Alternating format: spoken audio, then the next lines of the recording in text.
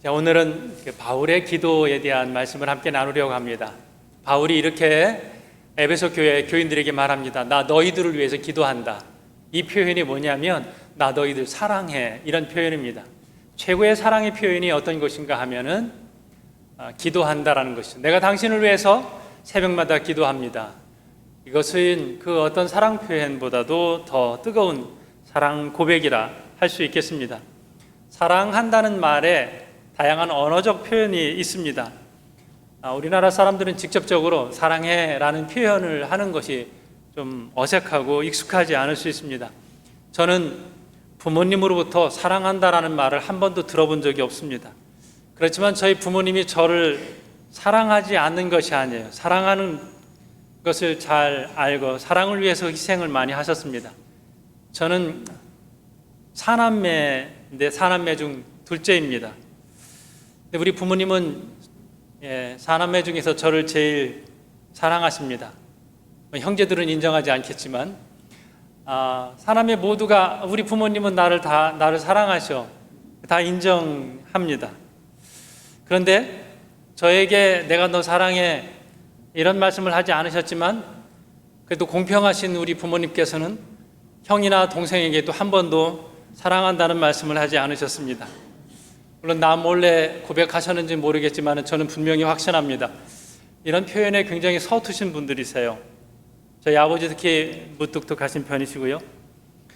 제가 대학교 들어가면서부터 기숙사 생활을 했는데 한 달인가 2달쯤 지나서 어머니께 전화를 아버지께 전화를 드렸습니다.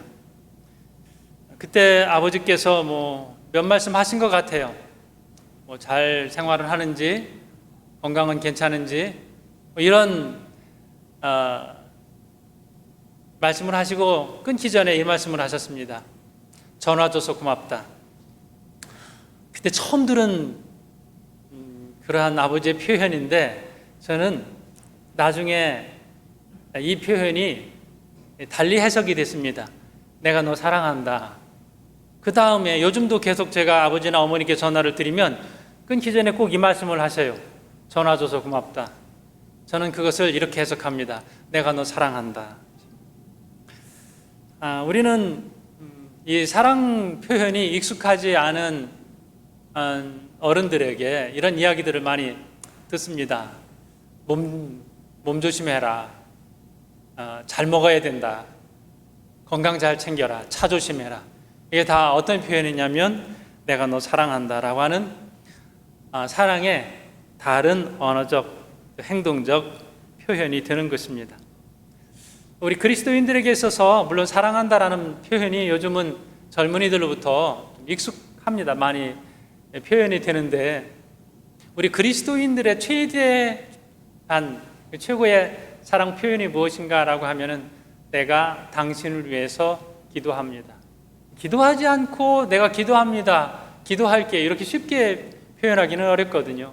물론 어려운 일을 만난 사람에게 내가 기도하겠습니다 라는 표현을 할 수 있지만 실제적으로 우리가 기도를 많이 하지 못하죠. 그런데 누군가가 내가 당신을 위해서 기도하고 있습니다 라는 말은 거짓으로 표현할 수 없는 것이죠. 이것이 사랑 표현이 되는 것입니다. 바울의 사랑 표현이 이와 같습니다. 에베소 교회를 향하여서 내가 너희를 위해서 기도한다 이렇게 말하고 있습니다. 그러면서 기도의 내용이 무엇이냐면요, 소원이에요. 내가 너희를 위해서 기도하는데 너희가 이렇게 되기를 바란다. 기도의 제목이 뭐냐면요, 기도의 제목이 나의 소원이에요. 여러분, 자녀를 위해서 자녀가 어떻게 되기를 바라십니까? 자녀가 이렇게 잘 되기를 바라는 소원이 있잖아요. 근데 그 소원은 똑같이 기도의 제목이 되는 겁니다. 사랑하기 때문에 소원을 가지고 있고요. 그리고 그 소원이 우리의 기도의 제목이 되는 거예요. 바울의 기도의 제목은 이러이러한 교인이 되기를 원한다. 이런 소원이거든요. 그래서 그것을 기도의 제목에 담습니다. 그런 기도의 제목을 하나하나씩 오늘 본문의 말씀에서 표현을 하고 있습니다. 자, 바울의 기도에 있어서 누구에게 기도해야 하느냐? 이것을 맨 먼저 이야기를 합니다. 여러분은 기도의 대상이신 하나님을 어떻게 부릅니까? 오늘 3장 14절 15절 말씀에는 이렇게 기록하고 있습니다. 이러므로 내가 하늘과 땅에 있는 각 족속에게 이름을 주신 아버지 앞에 무릎을 꿇고 비노니. 하나님이 누구세요? 이름을 주신 아버지, 하나님이라는 표현은 이스라엘 사람들에게 있어서는 굉장히 어려운 표현이에요. 이것은 금기시되는 거예요. 하나님의 이름을 함부로 불러서는 안 돼요. 그래서 아도나이, 주님 이렇게 보통 부르거든요. 근데 여기 바울은 하나님을 이렇게 부릅니다. 이름을 주신 아버지 앞에. 이 말은 뭔가요? 시작이 되신다는 것이죠. 하나님 이름을 주셨다라고 하는 것은 생명의 근본이 되고 창조의 근본이 된다는 거예요. 이것은 창조주 하나님 앞에 기도한다는 말과 같습니다. 하나님 아버지. 예수님께서 주기도문 안에 하나님을 이렇게 부르라고 우리에게 알려주셨어요. 하늘에 계신 우리 아버지요. 하나님은 없지요. 하나님을 이렇게 부릅니다. 그러면 하늘에 계신 우리 아버지요, 하나님을 이렇게 부른다는 것은 우리의 신앙의 고백이에요. 하나님이 나의 아버지 되신다는 것은 나는 하나님의 자녀가 된다는 거예요. 그리고 함께 신앙생활하는 성도는 형제와 자매가 되는 것입니다. 기도가 무엇이냐? 기도가 자녀가 아버지에게 부탁드리는 거예요. 굉장히 당당한 거예요. 자녀로서 하나님 앞에, 자녀로서 아버지 앞에 당당하게 구하는 것, 이것이 기도다. 바울이 오늘 기도의 시작을 이렇게 말하고 있습니다.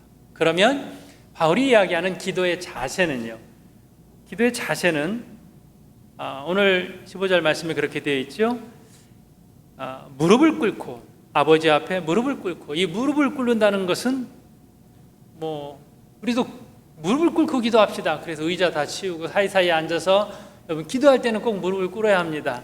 이런 표현과는 조금 다르게 오늘 본문에서 이야기하는 것은 마음의 자세를 이야기하는 것입니다. 이스라엘 백성들은 많이 무릎을 꿇고 기도하지 않습니다. 보통은 서서 기도합니다. 하나님 앞에서 가장 경건한 자세로 기도하는 자세는 이스라엘 백성들은 서서 기도한다, 이렇게 알고 있어요. 마가복음 11장 25절에 보면요, 서서 기도할 때에 아무에게나 혐의가 있거든 용서하라. 누가복음 18장 11절에 보니까요, 바리새인은 서서 따로 기도하여 이르되. 가장 예의 있는 자세가 서서 기도하는 것이라는 것이 이제 바울의 표현입니다. 만약 우리가 어른들한테 무엇을 받든지 어른들께 무엇을 드릴 때에 어떻게 드려요? 서서 드리잖아요. 앉아서 이거 받아가세요 이렇게 하지 않잖아요. 예의를 갖춘다는 것은 어디 어른 앞에 앉아서 빨리 일어나서 받아야지, 이렇게 표현들을 합니다. 왜냐하면 서서 주고 서서 받는 것이 가장 예의 있다는 것이죠. 그래서 이스라엘 백성들은 하나님 앞에 기도할 때에 서서 기도했습니다. 그리고 눈을 뜨고 기도했고요. 우리는 이제 눈을 뜨고 기도하기 어려워요. 왜냐하면 눈을 감고 잡다한 것을 보지 않고 기도하는 것이 습관이 되어 있습니다. 이것이 우리나라 문화와 이스라엘 문화의 차이다, 이렇게 볼 수 있겠습니다. 무릎을 꿇고 기도했다라고 하는 것은 서서 기도하는 이스라엘 문화권에서 나는 무릎을 꿇고 너희를 위해서 기도한다라는 것은 하나님 앞에 회개하면서 기도한다, 하나님 앞에 내가 정말 겸손한 자세로 기도한다라는 뜻이에요. 자, 그러면 바울이 하나님을 아버지라고 부르고 무릎을 꿇고 정말로 회개하면서 겸손하게 기도하는데 어떤 내용을 기도했는가, 이것을 오늘 함께 나누려고 해요. 첫 번째는요, 건강을 위한 기도였어요. 16절의 말씀입니다. 그의 영광의 풍성함을 따라 그의 성령으로 말미암아 너희 속사람을 능력으로 강건하게 하시오며.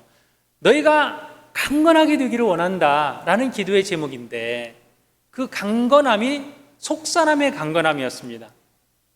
속사람을 강건하게 해주십시오. 정신적인 건강, 영적인 건강이라고 할 수 있겠죠. 그런데 우리가 육체적인 건강과 정신적인 건강이 따로 떨어져 있지 않습니다. 우리 공부하는 학생이 운동은 하지 않고 계속 공부만 한다라고 하면은 금방 지치고 나중에 공부를 계속해 나가지 못할 것이에요.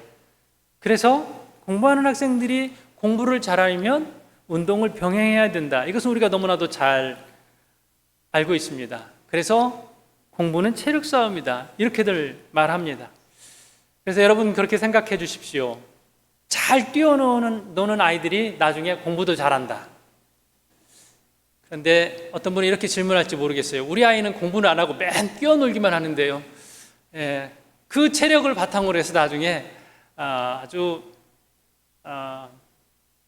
롱런할 거예요. 공부를 대학교, 대학원 계속해서 하려면 체력적인 바탕이 중요하거든요. 자, 이렇게 마음이 건강하면 몸이 건강하게 되고 몸이 건강하면 마음이 건강하게 되는 것이에요. 자, 오늘 속사람을 강건하게 하시오며, 속사람이 강건한 것이 요즘 굉장히 많이 이제 부각이 되고 있습니다. 물론 텔레비전에서는 이 역할을 잘 감당하는 분 중에 한 분이 이제 오은영 박사가 있는 것 같아요. 꼭 그분이 얘기하지 않다 하더라도 마음의 건강이 중요하다는 것을 잘 아는 시대가 됐습니다. 마음이 건강하면 남을 잘 이해하게 되는 것이죠. 마음이 건강하면 좀 더 포용적인 마음을 가질 수 있습니다. 마음이 건강하면 이제 내가 이해하지 못했던 사람도 이해를 하게 되는 것이에요. 자, 몸이 건강하지 않으면 어떻게 돼요? 신경질적으로 사람이 바뀌죠. 짜증을 또 많이 내게 되고요. 그렇게 안 하고 싶은데 몸이 아프니까 자연적으로 마음도 건강하지 않게 되는 것입니다. 우리 교회에서 마닐라 지역 빈민촌 영아들에게 분유를 공급합니다. 3세 미만의 영아들에게 16년째 계속해서 분유를 공급해 오고 있습니다. 이 사역을 우리는 From God 사역이라고 해요. 이 사역의 출발점이 누구에게 있냐 하면 리우장홍 교수에서부터 출발하는데요. 이 연구를 수십 년째 계속 해오고 있는 분이에요. 최근의 연구 결과를 보니까 2016년 5월에 미국 펜실베니아 대학에서 연구 결과가 이렇게 발표가 됐습니다. 리우장홍 교수는 펜실베니아 간호대학과 페럴만 이과대학의 부교수를 담당을 하고 있고요. 국립건강연구원이라고 해서 NIH 독립 과학자상도 수상하신 분이고 국제간호사연구원에서 명예의 전당에 이름이 올린 분이에요. 이분이 누구와 함께 연구를 했는가 하면 아드리안 레인이라는 분과, 이 아드리안 레인이 정신과 범죄학, 심리학 쪽의 교수 역할을 담당하시는 분이신데, 이 두 분이 Material and Child Nutrition이라고 하는 저널에 연구 결과를 발표를 했어요. 어떤 연구냐면요, 아프리카 동부의 모리셔스, 거기에서 온 1795명의 3세 어린이의 샘플을 연구를 합니다. 분석을 해서요. 일찍 영양이 잘 공급된 아이와 3세 미만 그때 영양이 제대로 공급되지 않은 아이들을 심층적으로 분석을 해요. 머리카락도 또 그들의 영양 상태로 그들의 하나하나 다 분석을 해서 3세 때 분석한 것이 이 아이들이 8세, 11세, 17세가 됐을 때 어떻게 다른가 분석을 해보니까요, 일찍 영양 공급을 받은 아이들이 인지 기능이 좋았더라, 사회적 행동이 좋았다, 그리고 IQ가 더 높았다, 이런 것을 알게 됐어요. 반대로 영양이 3세 미만의 아이들에게 영양이 부실했는데 그 아이들이 10대가 되었더니 행동 발달 장애들이 나타나고 과도한 행동 장애가 나타났다는 거예요. 사회적 관계도 원활하지 못하더라, 두뇌도 뛰어나지 못하더라, 이런 것을 연구를 해서 발표를 했어요. 정신건강이 사회적 활동까지 영향을 끼친다라고 하는 거예요. 그래서 우리 교회에서 하는 역할은 뭐냐면요, 그 아이들, 영양을 제대로 공급받지 못하는 그 어린 아기들에게 아주 중요한 시기에 있는 아이들에게 분유 공급하는 거예요. 영양 공급하는 거예요. 우리는 그 아이들의 사회적 역량을 위하여서, 두뇌 개발을 위하여서, 또 그 아이들의 정서를 위해서 어떤 역할을 안 해요. 어떤 역할을 안 하는데 우리가 한 것은 그 모든 역할이 다 포함이 되는 거예요. 그저 우리는 분유를 전달했을 뿐인데 그 지역에 있는 아이들이 10대가 되었을 때에 아이들의 정서와 정신 건강에까지 영향을 끼친다라고 하는 것이에요. 자, 그러면 오늘 바울의 기도와 딱 맞는 것이 되겠죠. 속 사람이 강건하게 없어서 어떻게 해요? 잘 먹는 것을 통하여서.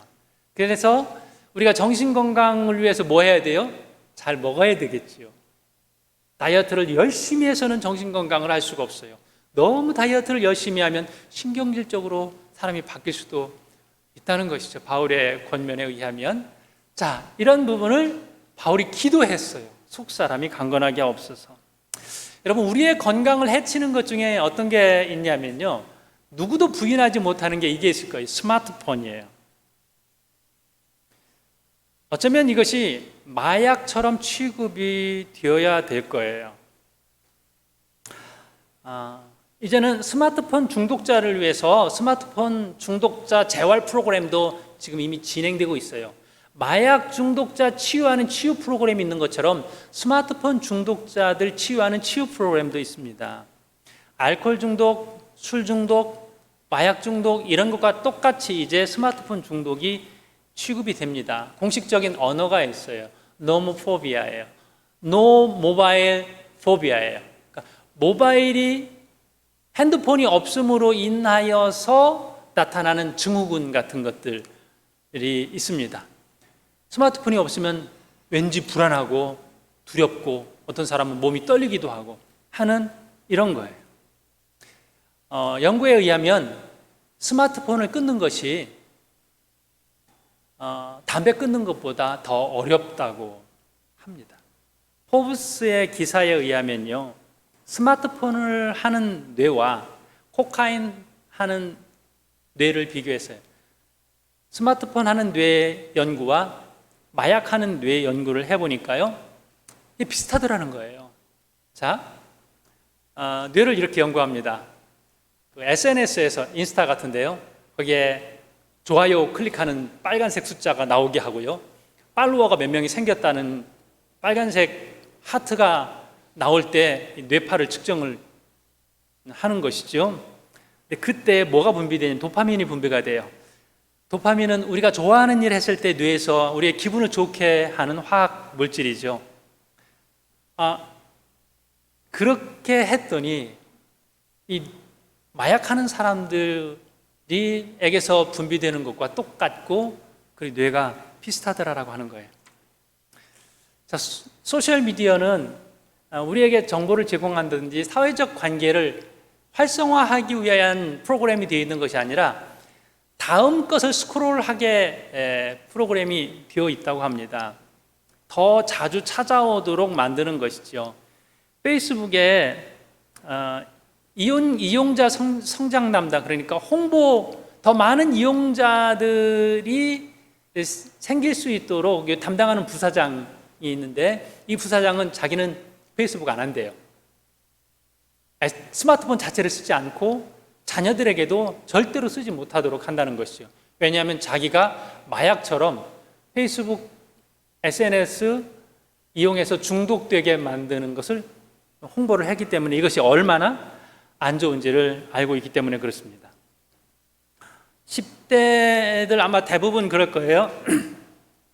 요즘은 10대뿐만 아니라 어른들도 스마트폰 사용하지 않으면 외로움, 우울증, 불안감 이런 것이 경험된다라고 하는 것이죠. 남 얘기가 아닐 거예요. 특히 뇌에서 감정 조절하는 뇌가 있어요.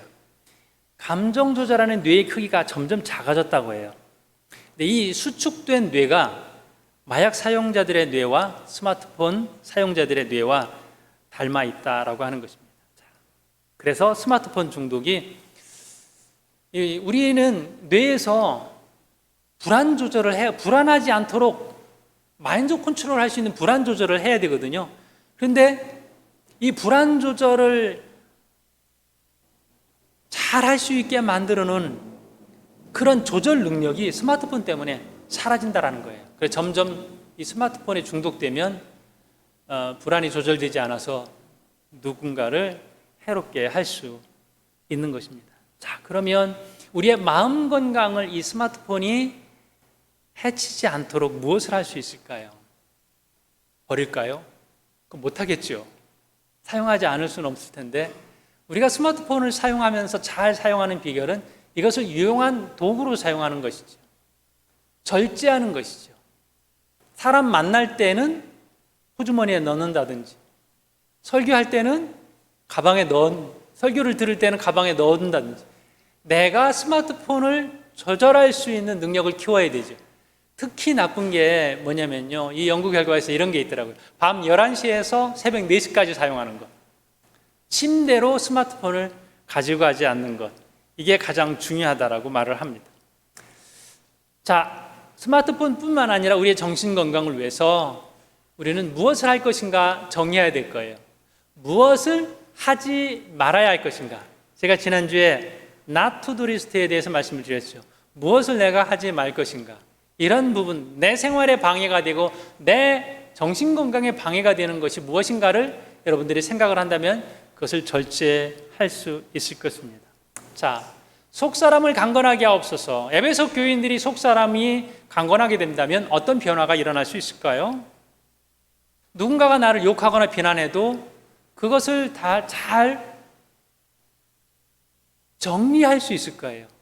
너 나 비난했어? 똑같이 대응하지 않고 그것을 내 마음에서 새길 수 있는 것이죠. 어려운 일을 당했을 때 괜히 불안하거나 걱정하지 않고 숨을 크게 쉬어가면서 이것을 어떻게 해결할 수 있을까? 차분히 해결할 수 있는 방향을 찾아 나갈 수 있을 거예요. 자, 내 행복이, 속사람이 건강한 사람은요, 자신이 행복한 사람이거든요. 그러면 내가 행복이 크기 때문에 내 행복이 닥치는 문제와 어려움들을 잘 해결해 나갈 수 있게 된다는 거예요. 그런 것에 마음을 빼앗기지 않게 된다는 것입니다. 그래서 바울이 이런 기도를 하는 거예요. 바울은 환경을 바꿔주십시오라는 기도를 하지 않아요. 물론 그가 자기 몸에서 가시를 없애달라고 매달려 기도한 적은 있지만 그 이외에 돈 많이 벌게 해주세요, 사업 잘 되게 해주세요, 몸 건강하게 해주세요, 이런 기도를 거의 하지 않습니다. 왜냐하면 바울이 지금 감옥 안에 있으면서도 이 감옥 안에 있는 것 있으면서도 자신의 신앙은 흐트러지지 않고 자기가 감옥 안에 있으면서도 이렇게 손과 발이 착고에 매여 있어서 굉장히 불편하고 힘든 상황에 있으면서도 자신은 뜨거운 신앙을 유지할 수 있기 때문에, 사람을 미워하지 않을 수 있기 때문에, 감사할 수 있기 때문에 속사람만 강건하면 되는구나. 우리가 속사람이 강건하여지면, 마음이 건강해지면 바른 판단력을 행사할 수 있습니다. 마음이 불건강하면 잘못된 판단과 결정을 내리기가 쉽겠죠. 이게 건강입니다. 저와 여러분이 속사람이 강건하여서 이렇게 삶 속에서 전체적으로 건강을 유지해 나갈 수 있기를 주님의 이름으로 축복합니다. 두 번째 기도의 제목은 그리스도께서 너희 마음에 계시게 하옵소서예요. 17절의 말씀입니다. 믿음으로 말미암아 그리스도께서 너희 마음에 계시게 하시옵고. 우리 안에 그리스도가 계세요. 우리는 이분을 성령님이라고 부릅니다. 너희 마음에 그리스도가 계시다라고 하는 것은 성령께서 내 안에 충만하다라는 표현이에요. 이미 그리스도가 내 안에 계셔요. 내 안에 계셔서 영향력을 행사하시죠. 그리스도께서 내 마음 안에 계시지 않으면 우리는 마귀가 시키는 대로 해요.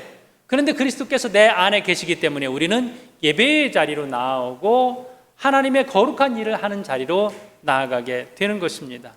왕권을 행사하기 원하세요. 주님께서 내 안에 오셔서 주인으로 행사하기를 원하셔요. 여기서 그리스도께서 너희 마음 안에 계시게 하옵시고, 이 계시다라는 표현이 이게 헬라어에서는 두 가지 단어가 있습니다. 하나는 파로이케오예요. 케오라고 하는데 앞에는 파로이케오 혹은 카토이케오, 이 두 단어가 있는데, 이 파로이케오라는 것은 천막을 친다는 뜻이에요. 임시 거처예요. 나그네로서 있는다는 것을. 이게 파로이케오예요. 그런데 카토이케오라는 말은 영구적으로 거주한다라는 뜻입니다.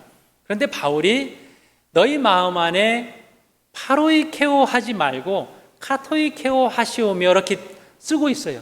너희들 마음 안에 예수께서 잠깐 머물러서 나그네처럼 계시는 것이 아니라 영원히 영구적으로 계시게 하옵소서, 이 기도를 하는 것입니다. 우리 안에 예수 그리스도께서 오셔서 영원히 머무는 줄로 믿습니다. 내가 처음 예수를 믿은 그 순간부터 예수님은 내 안에 계시고, 우리가 하나님 나라 가는 그 순간까지 예수님은 내 안에 머물러 계시는 줄로 믿습니다. 자, 그러면 그분께서 일하시도록 해야죠. 지난주에 우리 청년부와 함께 청년부 기도회를 하면서 이런 질문을 던졌어요. 여러분도 함께 생각해 보면 좋겠습니다. 던진 질문은 이것입니다. 24시간 동안 예수님께서 내 대신 사신다면 무엇이 달라졌을까요? 청년들이 참 진지하고 그리고 정말 멋있는 대답들을 많이 해 주었어요. 예수님이 나와 함께 계시는 것이 아니라 내 대신이에요. 내 몸을 입고, 내가 타는 차를 타고, 내가 사는 집에서, 내가 다니는 직장에 가서 하루 동안 예수님이 내 대신 산다면, 나는 영향력이 없어요. 아우, 이거 하기 힘든데, 행동하기 어려울 텐데, 그런 거 일절 없어요. 나는 아무런 영향력을 행사하지 않고 주님이 내 대신 살아서 결정을 하신다면 어떻게 하실까? 내 대신 바이어를 만나는 거예요. 내 대신 미워하는 사람도 만나는 거예요. 그럼 주님이 내 대신 만나면 그 사람을 어떻게 대할까요? 자, 모든 상황 속에서 풀로 온전한 하루 24시간을 내 대신 주님이 사신다면 막혀있던 문제 풀 수도 있을 것이고, 불안하고 염려스러운 것도 전혀 불안하고 염려하지 않고 담대히 하실 수 있을 것이고요. 자, 이 질문을 던지면서 우리는 내 안에 계시는 주님을 분명히 확신할 수 있어요. 자, 주님이 내 안에 계신다는 표현을 여러분 달리 적용을 하면서 나아가 보시기 바랍니다. 주님이 내 대신 사신다면 나는 어떻게 달라져 있을까? 이 질문입니다. 바울은 이 표현을 너무나도 자주 쓰고 있습니다. In Christ, 그리스도 안에. 그리스도께서 내 안에 계시고 내가 그리스도 안에 있는 거예요. 그렇게 고백하면서 살았습니다. 그러면서 에베소 교회에 편지하면서 나는 그렇게 살고 있다. 내 안에 그리스도께서 계시다. 너희도 그리스도 안에 살면서 그렇게 살기를 원한다 라고 권면하는 것입니다. 여러분 마음속에 항상 주님이 거하시기를 주의 이름으로 축원합니다. 마지막으로 우리가 함께 살펴볼 기도의 제목은 이거예요. 그리스도의 사랑을 알게 하옵소서.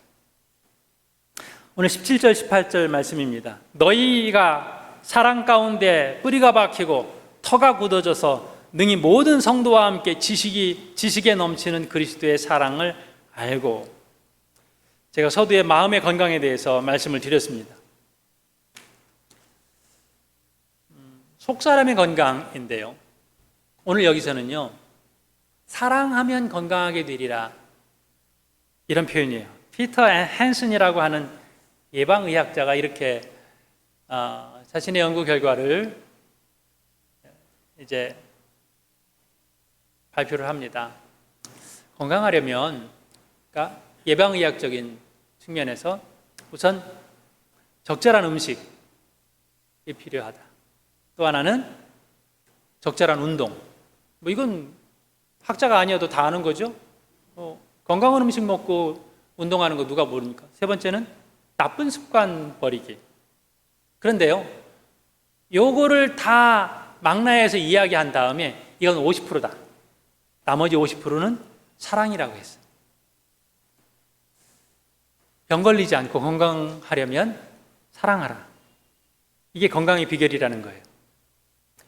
자, 근데 이 사랑이요, 세상적인 사랑은 욕심일 수 있고 집착일 수 있고 아집일 수 있어요. 그것이 자녀에 대한 사랑인데도 잘못된 사랑이 표현될 수 있고, 부부간의 사랑도 사랑이 아닌 그냥 내 고집이 때도 있습니다. 근데 진정한 사랑은 어디에 기반을 두어야 되냐면 그리스도의 사랑에 기초를 두는 거예요. 사랑이 뭡니까? 이 정의가 어디에 있냐면요, 예수 그리스도의 사랑이에요. 예수 그리스도의 사랑은 뭐예요? 희생적 사랑이죠. 손해보는 사랑이죠. 십자가를 아낌없이 내어주신 그 사랑이에요. 우리는 사랑한다고 하면서도 내중심일 때가 너무나도 많습니다. 그것은 사랑이 아닐 수 있어요. 욕심일 수 있어요. 어떤 사랑이 되어야 된다고요? 예수 그리스도의 사랑이에요. 그리스도께서 사랑하신 것처럼 너희도 그 사랑을 알길 원하노라. 자, 그 사랑을 얼만큼 알길 원하는지 19절의 말씀이에요. 그 너비와 길이와 높이와 깊이가 어떠함을 깨달아 하나님의 모든 충만하신 것으로 너희에게 충만하게 하시기를 원하노라. 주님의 사랑에 한번 흠뻑 젖어들기를 바랍니다. 잠깐 내가 지식적으로 아는 주님의 사랑이 아니라 주님이 나를 이만큼 사랑하시는군요. 누군가로부터 엄청난 선물을 받았을 때 여러분 깜짝 놀라죠. 저 사람이 나에게 이 정도였어? 나는 더 해줄 수도 있어. 그때 우리는 상대방이 나에게 주는 사랑에 대해서 달리 생각해요. 근데 주님의 희생을 생각해 보십시오. 예수 그리스도께서 우리에게 이렇게 말씀을 하십니다. 내가 너를 이만큼 사랑해. 그게 어디예요? 십자가 사랑. 우리는 거기에 감격할 수 있어요. 하나님의 사랑이 이렇게 나타나군요. 이렇게 많이 사랑하시는군요. 이렇게 깊게 사랑하시는군요. 이렇게 뜨겁게 사랑하시는군요. 이걸 알아야 된다는 것이죠. 그래서 우리의 건강, 우리의 사랑, 이 모든 것의 출발점은 어디에 있느냐?